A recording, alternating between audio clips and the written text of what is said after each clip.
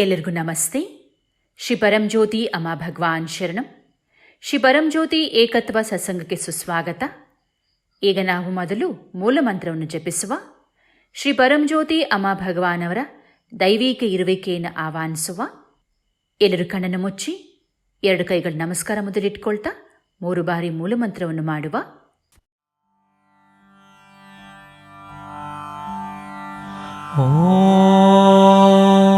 सच्चिदानंद परब्रह्मा पुरुषोत्तम परमात्मा श्री भगवती समेत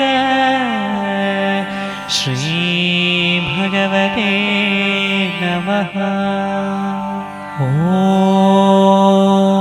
सच्चिदानंद परब्रह्मा पुरुषोत्तम परमात्मा श्री भगवती समेत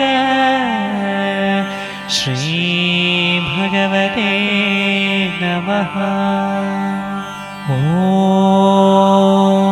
सच्चिदानंद परब्रह्मा पुरुषोत्तम परमात्मा श्री भगवती समेत श्री भगवते नमः. श्री भगवती समेत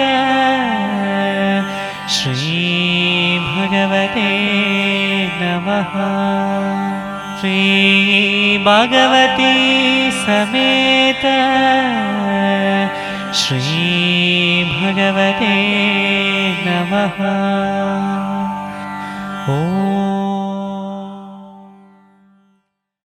ಶ್ರೀ ಪರಂಜ್ಯೋತಿ ಅಮ್ಮ ಭಗವಾನ್ ಅವರಿಗೆ ನಮಸ್ಕಾರವನ್ನು ಮಾಡಿಕೊಳ್ಳಿ. ನಿಧಾನವಾಗಿ ಕಣ್ತಿರೀರಿ. ಈಗ ಮೊದಲು ನಾವು ಇವತ್ತಿನ ಬೋಧನೆಯನ್ನು ಅರ್ಥ ಮಾಡಿಕೊಳ್ಳುವ. ಶ್ರೀ ಅಮ್ಮ ಭಗವಾನ್ ಹೇಳ್ತಾರೆ, ಪ್ರತಿಯೊಂದು ಅಡಚಣೆಯೂ ಅವಕಾಶವಾಗಿರುತ್ತೆ ಅಂತ ಹೇಳ್ತಾರೆ. ನಾವು ಈ ಬೋಧನೆಯನ್ನು ಕಥೆಯ ಮೂಲಕವಾಗಿ ಅರ್ಥ ಮಾಡಿಕೊಳ್ಳುವ. ಬಹಳ ಹಿಂದೆ ಒಬ್ಬ ರಾಜನು ತಮ್ಮ ಪ್ರಜೆಗಳನ್ನು ಪರೀಕ್ಷೆ ಮಾಡಬೇಕು ಅಂತ ಹೇಳಿಬಿಟ್ಟು ಅಂದ್ಕೊಳ್ತಾರೆ. ಅವ್ರು ಏನು ಮಾಡ್ತಾರೆ ಅಂತ ಹೇಳಿದ್ರೆ, ಆ ರಾಜನು ರಸ್ತೆಯ ಮಧ್ಯದಲ್ಲಿ ಒಂದು ದೊಡ್ಡ ಕಲ್ಲನ್ನು ಇಟ್ಟುಬಿಡ್ತಾರೆ. ಆಮೇಲೆ ಅಲ್ಲಿ ಕೆಲವು ಜನರನ್ನು ಇಟ್ಟುಬಿಟ್ಟು ಅವ್ರಿಗೆ ಹೇಳ್ತಾರೆ, ಯಾರಾದರೂ ಕೂಡ ತಮ್ಮ ದಾರಿಲಿರುವಂಥ ಈ ಅಡಚಣೆಯನ್ನು ತೆಗಿತಾರಾ ಇಲ್ವಾ, ಆ ಕಲ್ಲನ್ನು ತೆಗಿತಾರಾ ಇಲ್ವಾ ಅಂಥೇಳಿ ನೋಡ್ಕೊಳ್ಳಿ ಅಂತ ಹೇಳ್ತಾರೆ. ಆ ರಸ್ತೆಯಲ್ಲಿ ಹೋಗುವ ಜನರೆಲ್ಲರೂ ಕೂಡ ಆ ಕಲ್ಲನ್ನು ನೋಡ್ತಾ ಇರ್ತಾರೆ ಹೊರತು ಯಾರೂ ಕೂಡ ತೆಗೆಯೋದಿಲ್ಲ ಅದನ್ನು. ಕೆಲವು ಶ್ರೀಮಂತ ವ್ಯಾಪಾರಿಗಳು ಕೂಡ ಅಲ್ಲಿ ಹೋಗ್ತಾ ಇರ್ತಾರೆ, ಅವರ ಸುತ್ತಮುತ್ತ ನಡೀತಾರೆ, ಅವರೂ ಕೂಡ ಏನೂ ಕೂಡ ಮಾಡಲ್ಲ. ಇನ್ನೂ ಕೆಲವು ಜನರೂ ಆ ರಸ್ತೆ ಸರಿಯಾಗಿಲ್ಲ, ಈ ರಸ್ತೆಯ ಮಧ್ಯದಲ್ಲಿ ಕಲ್ಲನ್ನು ಇಟ್ಟುಬಿಟ್ಟಿದ್ದಾರೆ, ಈ ರಾಜ್ಯದ ಆಡಳಿತನೇ ಸರಿಯಾಗಿಲ್ಲ ಅಂತ ಹೇಳಿಬಿಟ್ಟು ಇನ್ನೂ ಕೆಲವರು ಅನೇಕರು ದೂಷಣೆಯನ್ನು ಮಾಡ್ತಾರೆ. ಆದರೆ ಯಾರೂ ಕೂಡ ಆ ಕಲ್ಲಿನ ಬಗ್ಗೆ ಏನೂ ಕೂಡ ಮಾಡಲ್ಲ, ಆ ಕಲ್ಲನ್ನು ತೆಗೆಯಲ್ಲ ಅವರು. ಆಗ ಒಬ್ಬ ಬಡ ರೈತ ಅವರು ತರಕಾರಿಯನ್ನು ಹೊತ್ಕೊಂಡ್ಬಿಟ್ಟು ಅವರು ತರಕಾರಿಯನ್ನು ಮಾರಾಟ ಮಾಡಿಬಿಟ್ಟು ಹಣವನ್ನು ಸಂಪಾದನೆ ಮಾಡುವಂಥ ತುಂಬ ಕಷ್ಟಪಟ್ಟು ಕೆಲಸ ಮಾಡುವಂಥ ಒಳ್ಳೆಯ ವ್ಯಕ್ತಿ ಅವರು. ಭಕ್ತಿಯಿಂದ ಯಾವಾಗಲೂ ಕೂಡ ದೇವರ ನಾಮವನ್ನು ಜಪಿಸ್ತಾನೇ ಇರ್ತಾನೆ. ಅವರು ಯಾವಾಗಲೂ ಕೂಡ ನೆನೆಸ್ಕೊಳ್ತಾ ದೇವರು ಅವರ ಜೀವನದಲ್ಲಿ ಏನು ಅನುಗ್ರಹವನ್ನು ಕೊಟ್ಟಿದ್ದಾರೋ ಅದ್ರ ಬಗ್ಗೆ ನೆನೆಸ್ಕೊಳ್ತಾ ದೇವರಿಗೆ ಆ ಕೃತಜ್ಞತೆಯನ್ನು ಸಲ್ಲಿಸುವಂಥ ವ್ಯಕ್ತಿ. ಅಂಥ ಬಡ ರೈತ ರಸ್ತೆಯಲ್ಲಿರುವಂಥ ಮಧ್ಯದಲ್ಲಿರುವಂಥ ಕಲ್ಲನ್ನು ತೆಗೆಯೋದಕ್ಕೆ ಅವರು ಪ್ರಯತ್ನವನ್ನು ಮಾಡ್ತಾರೆ. ಅವರೇನು ಮಾಡ್ತಾರೆ ಅಂತ ಹೇಳಿದ್ರೆ, ತರಕಾರಿಯನ್ನು ಬುಟ್ಟಿಯನ್ನು ಕೆಳಗಡೆ ಇಟ್ಬಿಟ್ಟು ಆ ಕಲ್ಲನ್ನು ತೆಗೆಯೋದಕ್ಕೆ ತುಂಬ ಪ್ರಯತ್ನವನ್ನು ಮಾಡಿ ಮಾಡಿ ಮಾಡಿ ಕೊನೆಯಲ್ಲಿ ಆ ಕಲ್ಲನ್ನು ತೆಗೆದುಬಿಟ್ಟು ಪಕ್ಕಕ್ಕೆ ಇಟ್ಟುಬಿಡ್ತಾರೆ ಅವರು. ಮತ್ತು ತರಕಾರಿ ಬುಟ್ಟಿಯನ್ನು ತೆಗೆದುಕೊಂಡು ಅವ್ರು ಮುಂದಕ್ಕೆ ಹೋಗಬೇಕಾದ್ರೆ ಎಲ್ಲಿ ಆ ಕಲ್ಲಿತ್ತೋ, ದೊಡ್ಡ ಕಲ್ಲಿತ್ತೋ, ಆ ಸ್ಥಳದಲ್ಲಿ ಒಂದು ಚಿಕ್ಕ ಚೀಲ ಕಾಣಿಸುತ್ತೆ. ಏನಿದು ಚೀಲ ಅಂತೇಳಿ ತೆಗೆದು ನೋಡಿದ್ರೆ ಆ ಚೀಲದಲ್ಲಿ ಅನೇಕ ಚಿನ್ನ ನಾಣ್ಯಗಳಿರುತ್ತೆ ಮತ್ತು ಒಂದು ಪತ್ರ ಕೂಡ ಇರುತ್ತೆ. ಆ ಪತ್ರವನ್ನು ನೋಡ್ತಾರೆ, ಓದ್ತಾರೆ. ಅಲ್ಲಿ ಆ ಪತ್ರದಲ್ಲಿ ರಾಜ ಬರೆದಿರ್ತಾರೆ, ಯಾರು ರಸ್ತೆ ಮಧ್ಯದಲ್ಲಿರುವಂಥ ಈ ಒಂದು ಕಲ್ಲನ್ನು ತೆಗಿತಾರೋ ಅವ್ರಿಗೆ ಈ ಚಿನ್ನ ನಾಣ್ಯ ಸ್ವಂತವಾಗುತ್ತೆ ಅಂತ ಹೇಳಿಬಿಟ್ಟು ರಾಜ ಬರೆದಿರ್ತಾರೆ. ಈ ರೈತ ಇದನ್ನು ಓದ್ಬಿಟ್ಟು ತುಂಬ ಸಂತೋಷ ಆಗುತ್ತೆ. ಆ ನಾಣ್ಯವನ್ನು ತೆಗೆದುಕೊಂಡು ಅವ್ರು ಹೋಗ್ಬಿಡ್ತಾರೆ ಅವರು. ಈ ರೀತಿ ನಮ್ಮ ಜೀವನದಲ್ಲಿ ನಾವು ಅನೇಕ ಅಡಚಣೆಗಳನ್ನು ಎದುರಿಸ್ತಾನೆ ಇರ್ತೀವಿ. ನಾವು ಅಂದ್ಕೊಳ್ತಾ ಇರ್ತೀವಿ ನಮ್ಮ ಜೀವನ ದಾರಿಯಲ್ಲಿ ಅಡಚಣೆಗಳು ದೊಡ್ಡ ಪರ್ವತಗಳಾಗಿ ಬರ್ತಾ ಇದೆ ಅಂಥೇಳಿ ನಾವು ಭಾವಿಸ್ತಾ ಇದ್ದೀವಿ. ನೋಡಿ, ಅಡಚಣೆಗಳು ಒಂದು ಅಡಚಣೆಯಾಗಿ ನೋಡೋ ಬದಲು ನಾವು ಅದನ್ನು ಸವಾಲಾಗಿ ನೋಡಿದರೆ ಅದನ್ನು ಪರಿಹಾರ ಮಾಡೋದಕ್ಕೆ ಆಗತ್ತೆ. ಆಗ ನಾವು ಅಲ್ಲಿ ಗುಪ್ತವಾಗಿರುವಂಥ ಅವಕಾಶಗಳನ್ನು ನೋಡೋದಕ್ಕೆ ಸಾಧ್ಯತೆ ಆಗತ್ತೆ.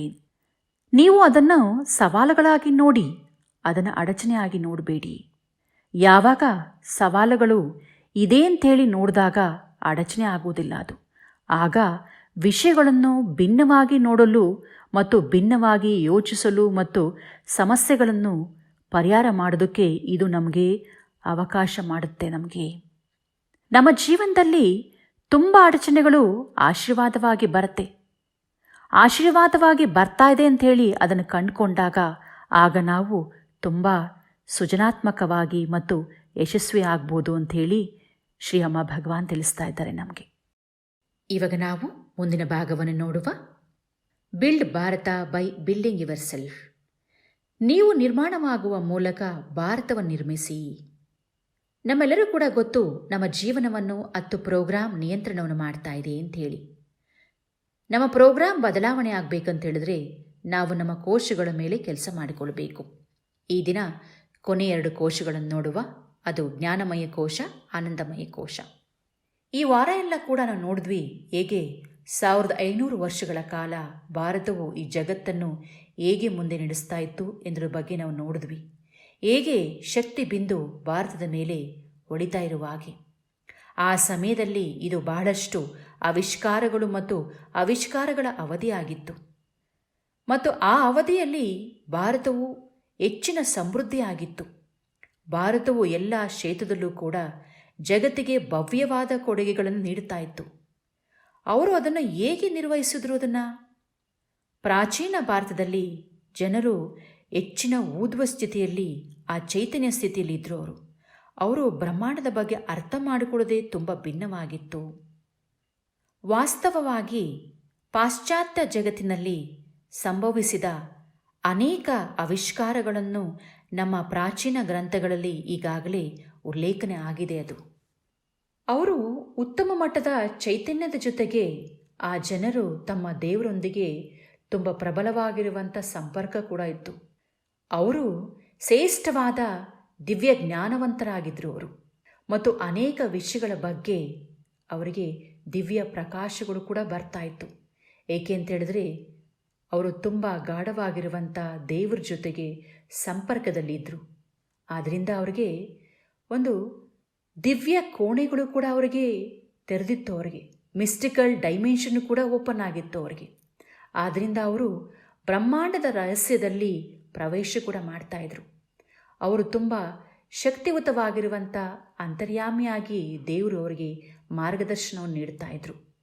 ಆದರೆ ಇವತ್ತು ಆ ಚೈತನ್ಯ ಮಟ್ಟ ಅನ್ನೋದು ಕಡಿಮೆ ಆಗೋಗ್ಬಿಟ್ಟಿದೆ ಮತ್ತು ನಾವು ನಮ್ಮ ದೇವರೊಂದಿಗೆ ಸಂಪರ್ಕವನ್ನು ಕಳ್ಕೊಂಡ್ಬಿಟ್ಟಿದ್ದೀವಿ. ನಮಗೆ ಈ ಸಂಪರ್ಕವನ್ನು ಮತ್ತೆ ಪಡೆಯೋದಕ್ಕೆ ಸಾಧ್ಯವಾದರೆ ನಾವು ಕೂಡ ತುಂಬ ಸೃಜನಾತ್ಮಕವಾಗಿ ಮತ್ತು ನವೀನರಾಗ್ಬಿಡ್ತೀವಿ.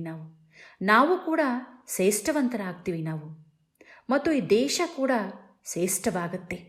ಇನ್ನೊಂದು ಕಾರಣ ಅಂತ ಹೇಳಿದ್ರೆ, ಏಕೆ ನಾವು ಶ್ರೇಷ್ಠವಾಗಿ ಸಾಧಿಸೋಕ್ಕಾಗ್ತಾ ಇಲ್ಲ ಅಂತ ಹೇಳಿದ್ರೆ ಇನ್ನೊಂದು ಕಾರಣವೇನು ಅಂತ ಹೇಳಿದ್ರೆ, ನಾವು ಅಸಂತೃಪ್ತಿಯಲ್ಲಿರುವಂಥ ಜನರ ಗುಂಪು. ಒಬ್ಬರು ಶ್ರೇಷ್ಠರಾಗಲು ಅವರು ಸಂತೋಷವಾಗಿರಬೇಕು ಅಂತ ಹೇಳ್ತಾರೆ. ಇಂದಿನ ಜಗತ್ತಲ್ಲಿ ನಾವು ಯಶಸ್ಸು ಮೇಲೆ ನಾವು ಗಮನವನ್ನು ವಹಿಸ್ತಾ ಇದ್ದೀವಿ ಹೊರತು ಆದರೆ ಸಂತೋಷದ ಮೇಲೆ ಆ ಗಮನ ಇಲ್ಲ. ಈ ಪ್ರಪಂಚದಲ್ಲಿ ತುಂಬ ಸ್ಪರ್ಧೆ ಜನರಿಗೆ ದೊಡ್ಡ ಸವಾಲುಗಳಾಗಿ ಬಂದುಬಿಡ್ತಾ ಇದೆ. ಆ ಸ್ಥಿತಿಯಲ್ಲಿ ನಾವು ಸ್ಪರ್ಧೆಯನ್ನು ಎದುರಿಸೋಕ್ಕೆ ಸಾಧ್ಯವಾಗ್ತಾ ಇಲ್ಲ. ನೀವು ಬದುಕೋದು ಕೂಡ ಸಾಧ್ಯವಾಗ್ತಾ ಇಲ್ಲ. ಜನರು ಯಶಸ್ಸನ್ನು ಆಗೋದಕ್ಕೋಸ್ಕರ, ಆ ವಿಜಯವಂತರಾಗೋದಕ್ಕೋಸ್ಕರ ತುಂಬ ಒತ್ತಡ ಬರ್ತಾ ಇದೆ, ಒತ್ತಡದಲ್ಲಿದೆ. ಮತ್ತು ಜನರು ಯಶಸ್ಸನ್ನು ಆಗ್ಬೋದು, ಆದರೆ ಅದು ಅವರ ಸಂತೋಷದ ವೆಚ್ಚದಲ್ಲಿ ಆಗ್ತಾ ಇದೆ. ಇದು ಕೇವಲ ವಿಫಲವಾಗಿರುವಂಥರಲ್ಲ, ವಿಜಯವಂತರು ಕೂಡ ಜನರು ಕೂಡ ದುಃಖದಲ್ಲಿ ಹೋಗಿಬಿಡ್ತಾ ಇದ್ದಾರೆ. ನೋಡಿ, ಭಾರತೀಯರು ತುಂಬ ಅವರ ಬಗ್ಗೆ ಅವರಿಗೆ ಕೀಳಾಗಿರುವಂಥ ಭಾವನೆಯನ್ನು ಅನುಭವಿಸ್ತಾ ಇದ್ದಾರೆ ಮತ್ತು ಅವರು ಗುರುತಿನ ಬಗ್ಗೆಯೂ ಕೂಡ ನಾಚಿಕೆ ಪಡ್ತಾ ಇದ್ದಾರೆ. ಬಹಳಷ್ಟು ಜನ ಯಶಸ್ಸನ್ನು ಹೊಂದ್ತಾ ಇದ್ದಾರೆ. ಆದರೆ ಅವರಿಗೆ ಸಮಸ್ಯೆ ಏನು ಅಂತ ಹೇಳಿದ್ರೆ ಆ ಯಶಸ್ಸನ್ನು ಆನಂದಿಸಲು ಸಾಧ್ಯವಾಗ್ತಾ ಇಲ್ಲ. ಅವರು ಬಾಂಧವ್ಯಗಳಲ್ಲಿ ಪ್ರೀತಿ ಮತ್ತು ಸಂತೋಷವನ್ನು ಅನುಭವಿಸೋಕ್ಕೆ ಆಗ್ತಾ ಇಲ್ಲ. ಸಂಪೂರ್ಣವಾಗಿ ಅಸಂತೃಪ್ತಿ ಅನ್ನೋದು ಅವರನ್ನು ಆವರಿಸ್ಕೊಂಡ್ಬಿಟ್ಟಿದೆ. ಅವರ ಜೀವನದ ಕೊನೆಯವರೆಗೂ ಕೂಡ ಅವರ ಕೆಳಮುಖವಾಗಿ ದಾರಿಯಲ್ಲೇ ಹೋಗ್ತಾ ಇದ್ದಾರೆ.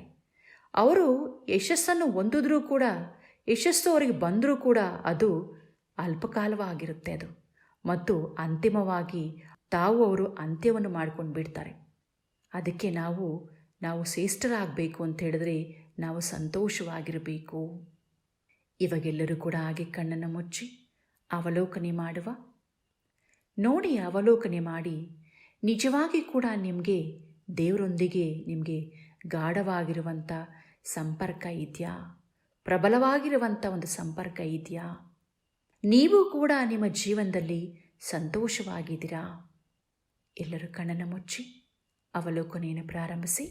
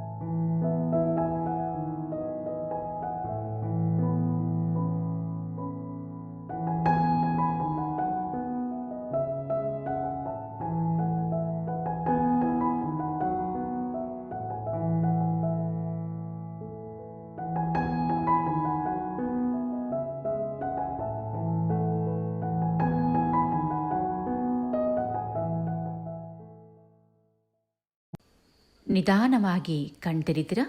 ಈಗ ಧ್ಯಾನವನ್ನು ಪ್ರಾರಂಭ ಮಾಡುವ. ಈ ದಿನ ನಾದಯೋಗ ಧ್ಯಾನವನ್ನು ಮಾಡ್ತೀವಿ. ನಾದಯೋಗ ಸಂಗೀತ ಧ್ಯಾನ ಅಂತ ಕರೀತಾರೆ. ಇದು 2 ಭಾಗವಿದೆ. ಅನಾಹತ, ಅಹತ. ಅನಾಹತ ಆಂತರಿಕ ಅಂಶಗಳ ಶಬ್ದಗಳು, ಅಹತ ಬಾಹ್ಯ ಅಂಶಗಳ ಶಬ್ದಗಳು. ಸಂಗೀತಕ್ಕೆ ಗುಣಪಡಿಸುವಂಥ ಶಕ್ತಿ ಇದೆ. ಇವಾಗ ನಾವು ಧ್ಯಾನವನ್ನು ಪ್ರಾರಂಭ ಮಾಡುವ.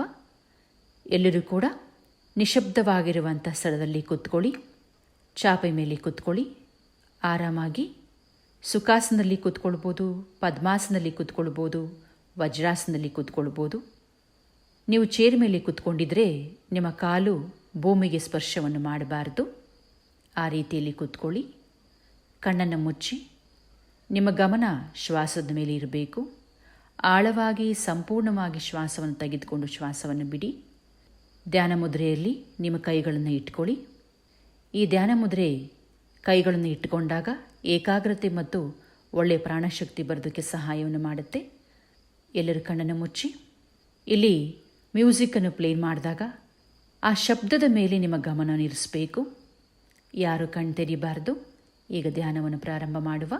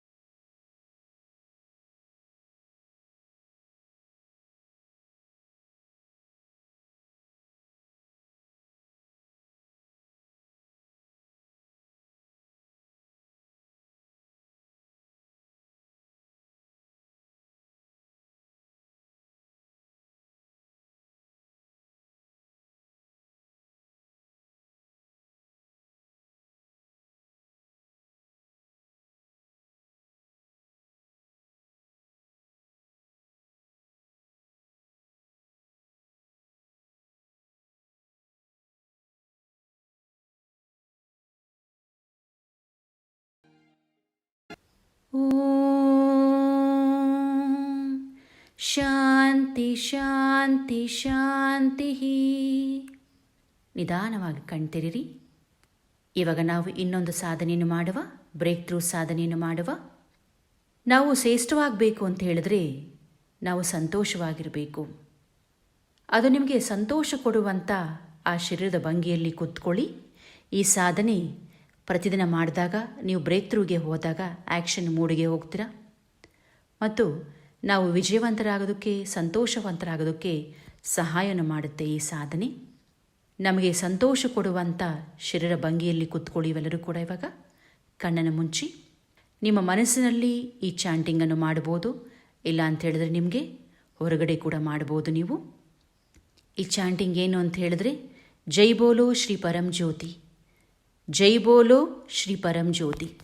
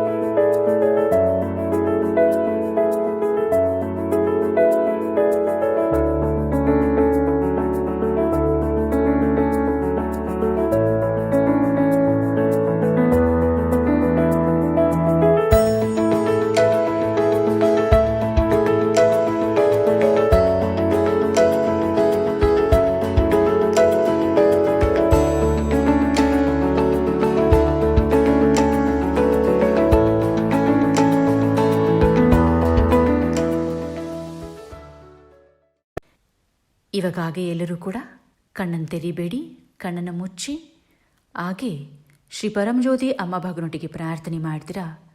ಶ್ರೀ ಪರಂಜ್ಯೋತಿ ಅಮ್ಮ ಭಗವನ್ನ ಕೇಳ್ತೀರಾ, ಶಕ್ತಿಯುತವಾಗಿ ದೇವರ ಜೊತೆಗೆ ಸಂಪರ್ಕ ಇರಬೇಕು, ಸಂತೋಷವಾಗಿರಬೇಕು, ಶ್ರೇಷ್ಠವಂತನಾಗಿ ಮನುಷ್ಯನಾಗಿರಬೇಕು ಅಂಥೇಳಿ ಪ್ರಾರ್ಥನೆ ಮಾಡಿ. ಮತ್ತು ಮುಂದಿನ ಕೋರ್ಸಲ್ಲಿ ಪ್ರಕ್ರಿಯೆಯನ್ನು ನೋಡೋಣ. ಇವಾಗ ಕೇವಲ ಪ್ರಾರ್ಥನೆಯನ್ನು ಮಾಡಿ, ಎರಡು ಕೈಗಳನ್ನು ನಮಸ್ಕಾರ ಮೊದಲಿಟ್ಕೊಳ್ತಾ ಪ್ರಾರ್ಥನೆ ಪ್ರಾರಂಭಿಸಿ. ಓಂ ಶ್ರೀಂ ಸರ್ವದೇವ ಪರಂ ಕರುಣ ಪರಂ ಜ್ಯೋತಿ ನಮಃ. ಓಂ ಶ್ರೀಂ ಸರ್ವದೇವ ಪರಂ ಕರುಣ ಪರಂ ಜ್ಯೋತಿ ನಮಃ. ಓಂ ಶ್ರೀಂ ಸರ್ವದೇವ ಪರಂ ಕರುಣ ಪರಂ ಜ್ಯೋತಿ ನಮಃ.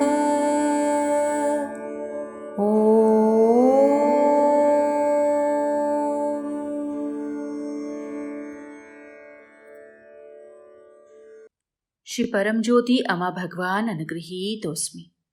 श्री परमज्योति अमा भगवान अनुगृहीतोस्मि. श्री परमज्योति अमा भगवान अनुगृहीतोस्मि. ಶ್ರೀ ಪರಂಜ್ಯೋತಿ ಅಮ್ಮ ಭಗವಾನವರ ಅನುಗ್ರಹವನ್ನು ಪಡ್ಕೊಳ್ತಾ ಎಲ್ಲರೂ ಆಗಿ ನಿಧಾನವಾಗಿ ಎದ್ದು ನಿಂತುಕೊಳ್ಳಿ. ಇವಾಗ ನಾವು ನೃತ್ಯ ಧ್ಯಾನವನ್ನು ಮಾಡುವ. ಈ ನೃತ್ಯ ಧ್ಯಾನದ ಮೂಲಕವಾಗಿ ನಮ್ಮ ಚೈತನ್ಯ ಸ್ಥಿತಿ ಅನ್ನೋದು ಓದುವ ಸ್ಥಿತಿಗೆ ಹೋಗುತ್ತೆ. ನಾವು ಸಂತೋಷವಾಗಿರೋದಕ್ಕೆ ಸಹಾಯವನ್ನು ಮಾಡುತ್ತೆ. ಎಲ್ಲರೂ ಕೂಡ ಇವಾಗ ನೃತ್ಯ ಧ್ಯಾನವನ್ನು ಮಾಡುವ. ಪ್ರಾರಂಭ ಮಾಡಿ.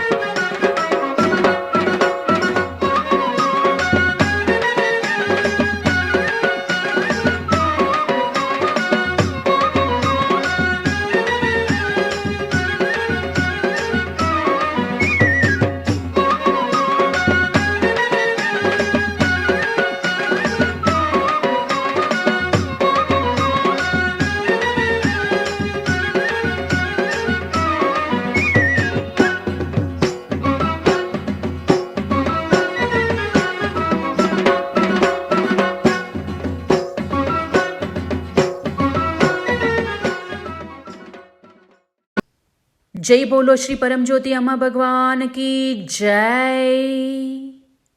ಶ್ರೀ ಪರಂಜ್ಯೋತಿ ಅಮ್ಮ ಭಗವಾನ್ಗೆ ಧನ್ಯವಾದವನ್ನು ಹೇಳ್ತಾ ನಿಧಾನವಾಗಿ ಕಣ್ತೆರಿತೀರ. ಇವಾಗ ನಾವು ಧರ್ಮದ ಕಾರ್ಯಕ್ರಮಗಳನ್ನು ನೋಡುವ.